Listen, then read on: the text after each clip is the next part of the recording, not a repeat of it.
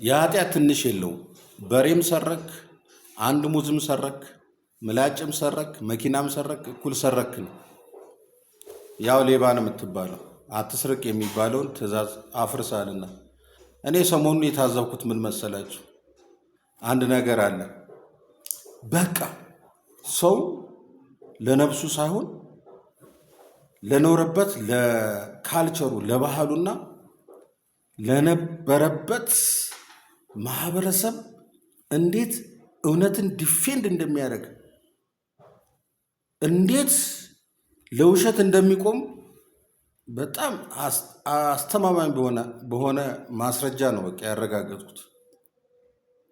የተጻፈውን ነገር በአይን ብሌናቸው እያዩ ግን እዛ ጋር ማህበረሰባቸውን ላለማስቀየም የኖሩበትን የቀደመ የኑሮ ስታይላቸውን እንዳይጠፋባቸው በመፈለግ እውነትን ቃል በቃል ከመጽሐፍ ላይ እንኳን ሲነገራቸው እያዩት አይልም እንደዛ ተብሎ አልተጻፈም ብለው እውነትን ለማህበረሰቡ ለኖሩበት ማህበረሰብ ክብር ሲሉ እውነትን ታግለው የሚደፈጥጡ ብዙ ሰዎች እንዳሉ ማረጋገጥ ነው የቻልኩት።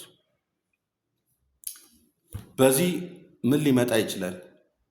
በእንደዚህ አይነት ክርክር ውስጥ ምንድን ነው የሚመጣው? ነፍስ ናት የምትጎዳው። በኋላ ነፍስ በጣም ትጎዳለች። በመጀመሪያ ደረጃ መጽሐፉን ሲያነቡት መጽሐፍ ውስጥ ስህተት መኖሩን እያወቁ ያን ስህተት የሆነውን ክፍል ሳይናገሩ ደብቀው ሌላ ነገር አውርተው የዛ ሃይማኖት ተከታይ እንዲሆኑ ያደረጉ ግለሰቦች በመጀመሪያ ደረጃ በጣም ኃጢአታቸው የከፋና የከበደ ነው።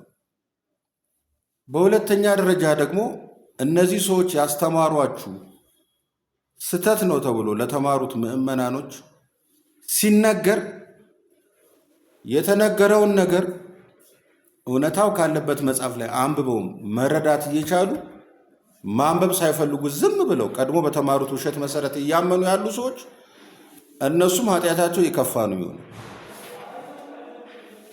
በተለይ ደግሞ እስኪ የሚባለው ነገር እውነት ነው እንዴ ብለው መጽሐፉን ገልጠው ሲያዩት የተባለው ነገር እውነት መሆኑን ካወቁ በኋላ የኖሩበትን ማህበረሰብ ለመጠበቅ የቀደመ ካልቸራቸውን ለመጠበቅ ሲሉ ያነበቡትን እንደዛ አይደለም ብለው የሚክዱ ሰዎች እነሱም ኃጢአታቸው በጣም ከባድ ነው የሚሆነው። እና ምን አይነት ማህበረሰብ አየሁኝ? አንድ በጣም ጥቂት የሆኑ እውነትን ሲያዩ መርምረው ከእውነት ጋር የሚቆሙና የቀደመውን የቆሸሸ የተሳሳተ መስመራቸውን ትተው ከእውነት ጋር የሚሰለፉ የተጠመቁ ጥቂት የሆኑ ሙስሊሞችን አየሁኝ።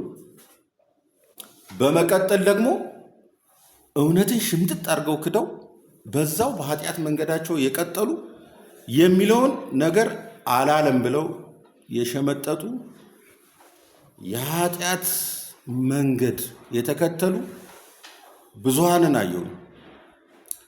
ስለዚህ አሁንም ደግሜ ነግራችኋለሁ፣ እምንላችሁን ነገር እዩና መርምሩ። እፎ የሚለውን ነገር እዩና መርምሩ። ያለ ማስረጃ ሰው ቢያንስ እንኳን መታሰርን ይፈራል።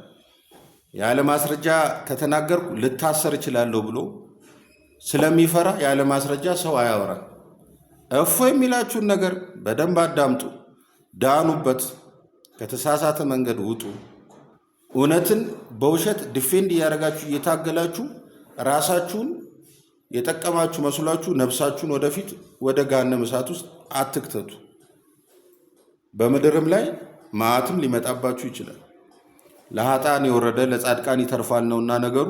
እናንተን ለመምታት ሲባል ደግሞ አብሯችሁ የሚመቱ ደግሞ ጻድቃን ስለሚኖሩ እባካችሁ ወደ እውነት መንገድ ነው።